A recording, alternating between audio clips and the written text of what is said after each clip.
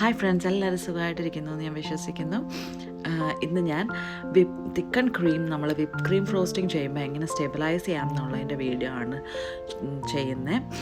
നമുക്ക് പെട്ടെന്ന് തന്നെ വീഡിയോയിലേക്ക് കിടക്കാം. ഞാനിവിടെ യൂസ് ചെയ്തേക്കുന്നത് 2 കപ്പ് തിക്കൺ ക്രീമാണ്. നമ്മൾ യൂസ് ചെയ്യുന്ന ബൗളും ബ്ലേഡും നല്ലതായിട്ട് തണുപ്പിച്ച് യൂസ് ചെയ്യാൻ ശ്രമിക്കുക. തലേദിവസത്തെ തന്നെ ഫ്രിഡ്ജിൽ എടുത്ത് വെക്കുക. അറ്റ്ലീസ്റ്റ് ഒരു 8 hours എങ്കിലും ബൗള് ചില്ല് ചെയ്യാൻ നോക്കുക. തിക്കൺ ക്രീമും അതുപോലെ നല്ല തണുത്ത തിക്കൺ ക്രീം യൂസ് ചെയ്യാം. അത് രണ്ടും ഞാൻ ഈ സ്റ്റാൻഡ് മിക്സറിലോട്ടിട്ടു. ലോ സ്പീഡിൽ നമുക്കൊന്ന് മിക്സ് ചെയ്ത് സ്റ്റാർട്ട് ചെയ്യാം. ഞാൻ എടുത്തേക്കുന്ന 1 കപ്പ് പൗഡേർഡ് ഷുഗറാണ്. ആ 2 കപ്പ് തിക്കൺ ക്രീമിലോട്ട് 1 കപ്പ് പൗഡേർഡ് ഷുഗർ ആഡ് ചെയ്ത് കൊടുക്കുക. എന്നിട്ട് ലോ സ്പീഡിലിട്ട് നമ്മൾ നല്ലതായിട്ട് മിക്സ് ചെയ്ത് കൊടുക്കുക.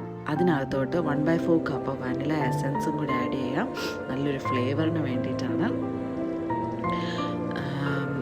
അതുകൂടെ ആഡ് ചെയ്ത് നല്ലതായിട്ട് മിക്സ് ചെയ്ത് കൊടുക്കുക. അതും ലോ സ്പീഡിലാണ് ഞാൻ ചെയ്യുന്നത്.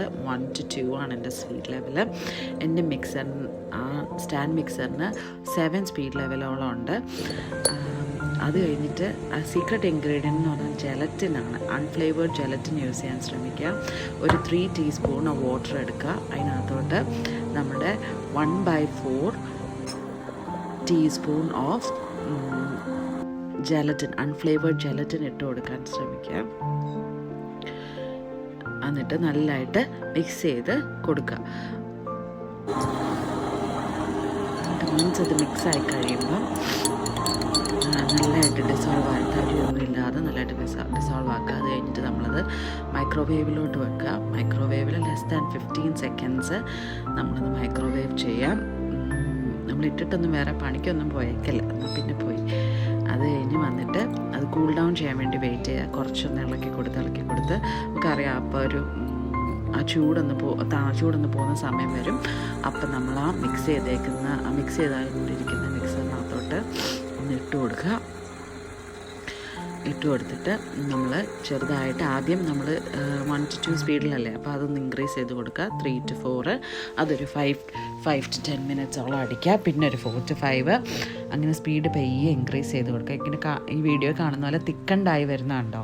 ആ തിക്കണ്ടായി വരുമ്പം ഒന്നും കൂടി സ്പീഡ് ഇൻക്രീസ് ചെയ്ത് കൊടുക്കുക. ആദ്യം എനിക്ക് ആ സോഫ്റ്റ് പീക്ക് കിട്ടി. അത് കഴിഞ്ഞ് ഞാനത് നല്ലതായിട്ട് ബ്ലെൻഡ് ചെയ്ത് കൊടുത്തു. അത് കഴിഞ്ഞ് സ്റ്റിഫർ പീക്ക് കിട്ടി. അതൊരു ഹൈ സ്പീഡിലിട്ട് അടിച്ച് കഴിയുമ്പോൾ ഈ പീക്ക് കിട്ടും. അപ്പോൾ ആ ടൈം എത്തുമ്പോൾ നമ്മൾ എങ്ങോട്ടും പോവല്ലേ. അത് കഴിഞ്ഞ് നമ്മൾ ഈ തവി വെച്ച് നമ്മളിങ്ങനെ ഇളക്കി നോക്കിയിട്ട് ഒന്ന് ഫ്ലിപ്പ് ചെയ്ത് കഴിയുമ്പോൾ താഴോട്ട് വീഴുകയല്ല. അതാണ് സ്റ്റേബിളായിട്ടുള്ള വിപ്പ് ക്രീം. നല്ലതായിട്ട് തണുക്കാനായിട്ടൊരു 1 hour ഫ്രിഡ്ജിലെടുത്ത് വെക്കുക. അത് കഴിഞ്ഞിട്ട് നമ്മൾ കേക്കിന് ഡെക്കറേഷൻസിനെല്ലാം നമുക്ക് യൂസ് ചെയ്യാം. എല്ലാവരും ഒന്ന് ട്രൈ ചെയ്ത് നോക്കണം. എന്നിട്ട് റിപ്ലൈ പറയണം. എല്ലാവർക്കും ഇഷ്ടപ്പെട്ടെന്ന് വിചാരിക്കുന്നു. ഇതുപോലെ നമ്മൾ തവിയിട്ട് താഴോട്ടിട്ട് കഴിയുമ്പോൾ താഴെ വീഴുകയല്ല. അതാണ് അതിൻ്റെ പരുവം. എല്ലാവർക്കും ഇഷ്ടപ്പെട്ടെന്ന് ഞാൻ വിചാരിക്കുന്നു. എല്ലാവരും ട്രൈ ചെയ്ത് നോക്കുമെന്ന് വിചാരിക്കുന്നു. വീഡിയോ ഇഷ്ടപ്പെട്ടെങ്കിൽ ലൈക്ക് ചെയ്യുക, സബ്സ്ക്രൈബ് ചെയ്യുക, നോട്ടിഫിക്കേഷൻസ് അറിയാൻ ബെൽ ബട്ടൺ അമർത്തുക. Thank you.